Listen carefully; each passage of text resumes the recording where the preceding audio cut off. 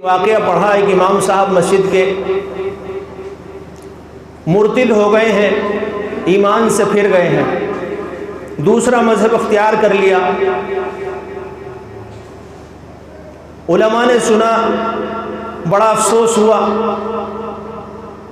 یہ اپنا آپ میں بڑی عجیب بات ہے کہ اگر ایک مسلمان، ایک سادھارن سا مسلمان اگر اسلام سے پھر جائے تو اس کے چرچے ہوتے ہیں بہت سالوں تک، اور افسوس ہوتا ہے ان لوگوں کے جن کے دلوں میں اللہ کی محبت بسی ہوئی ہے یا دین کا کام کر رہے ہیں، کیونکہ ایک مسلمان بنانے کے لیے کتنی جد و جہد کی ضرورت ہے، کتنے محنتوں کی درکار ہے جو ہم سے نہیں ہو سکتا۔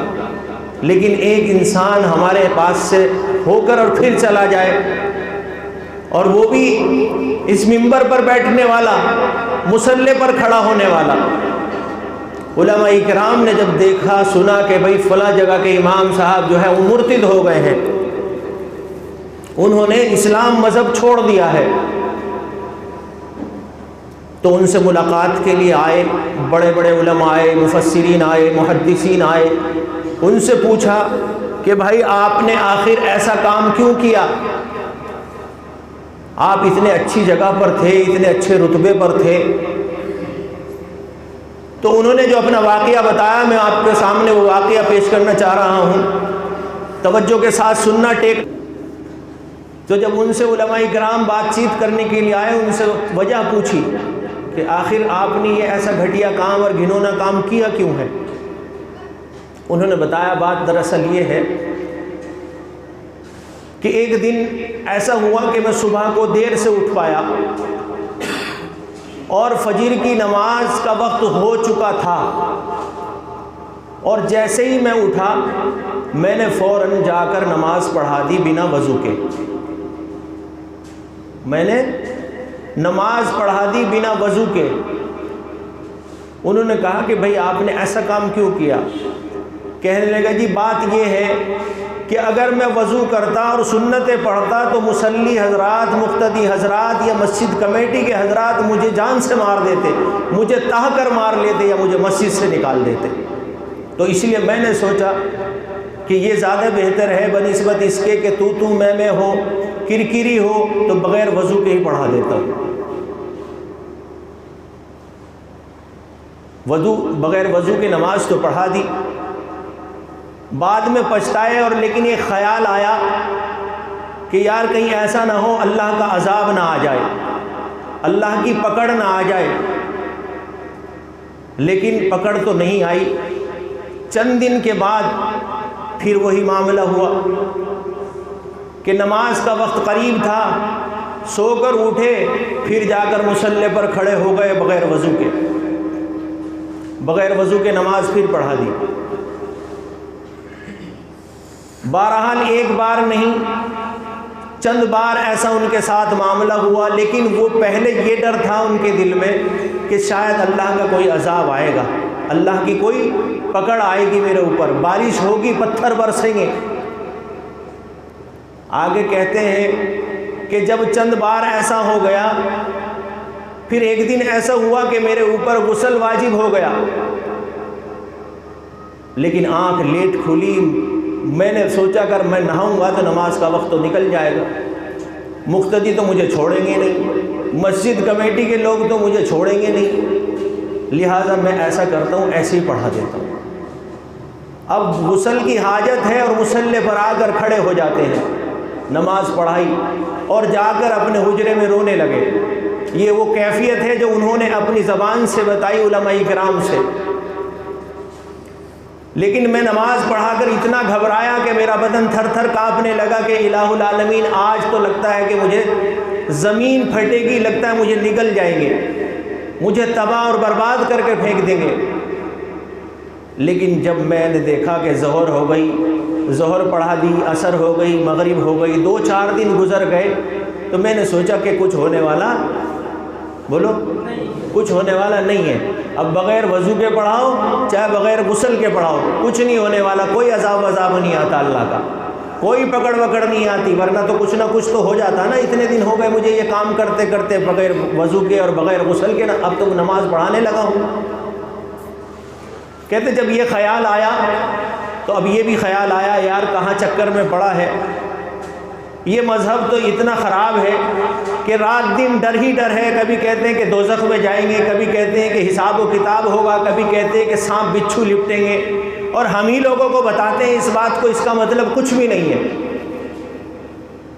اس کا مطلب کچھ بھی نہیں ہے، کچھ پکڑ وکڑ نہیں ہونے والی۔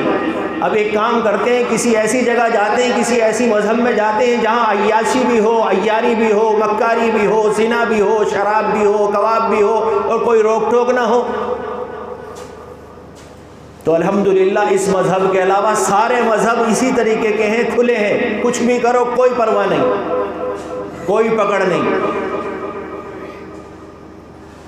تو کہتے ہیں کہ میں نے مذہب چینج کر لیا۔ انہی علماء اکرام کے بیچ میں ایک بڑے میاں کھڑے ہوئے تھے، سفید داڑھی والے، کہنے لگے ارے امام صاحب اب تو امام صاحب نہ رہے، اللہ کا عذاب اس سے کیا کوئی کم ہے؟ یہ تجھے کم عذاب ملا ہے کہ تجھ سے منبر رسول بھی چھین لیا گیا، تجھ سے مصلی رسول بھی چھین لیا گیا، تجھ سے داڑھی بھی چھین لی گئی، تجھ سے قرآن کی وہ نعمت بھی چھین لی گئی، اور تیرے اندر سے ایمان کو بھی ختم کر دیا گیا، تیرے اندر سے کلمہ بھی ختم ہو گیا۔ اللہ کا عذاب اس سے بڑا اور کون سا دیکھنا چاہتا ہے؟ اللہ کا عذاب اس سے بڑا اور کون سا دیکھنا چاہتا ہے؟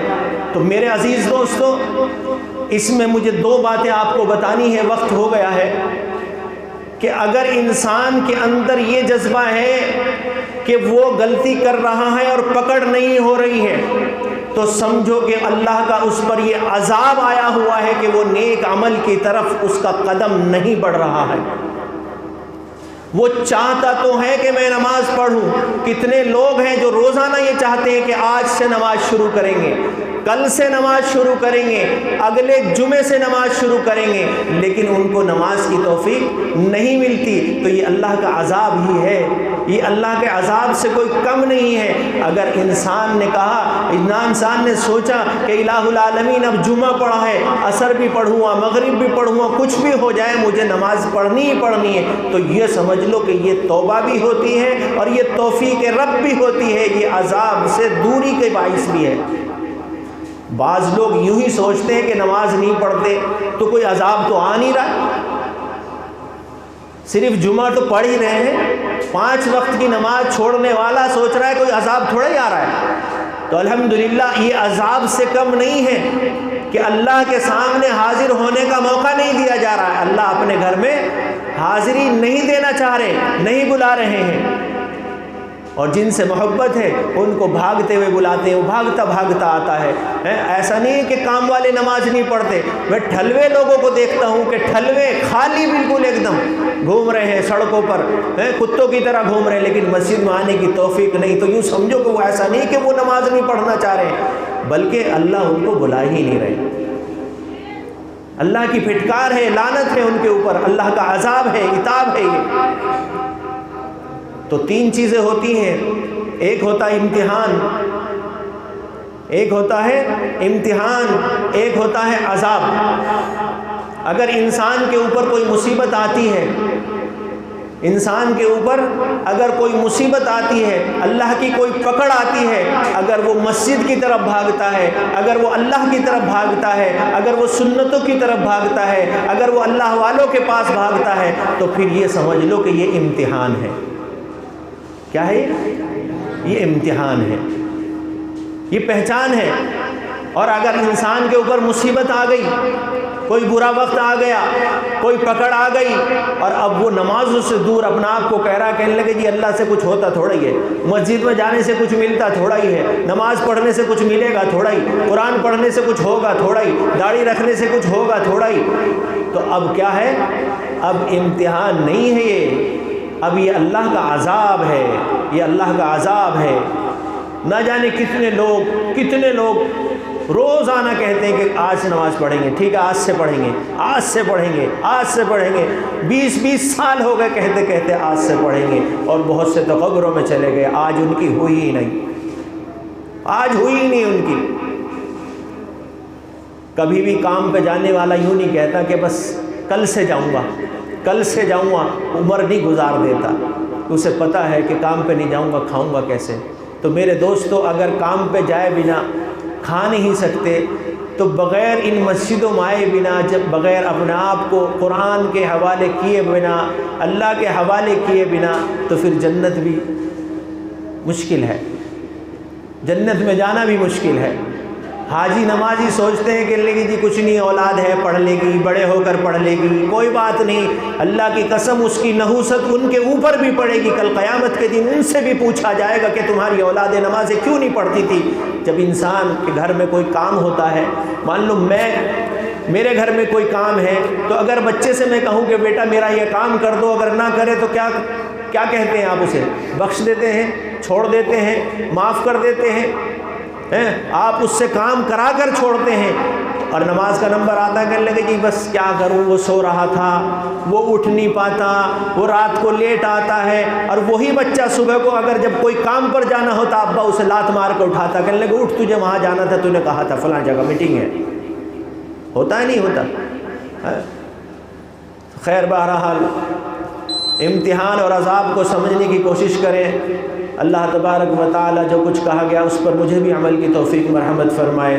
وآخر دعوانا ان الحمد للہ رب العالمین۔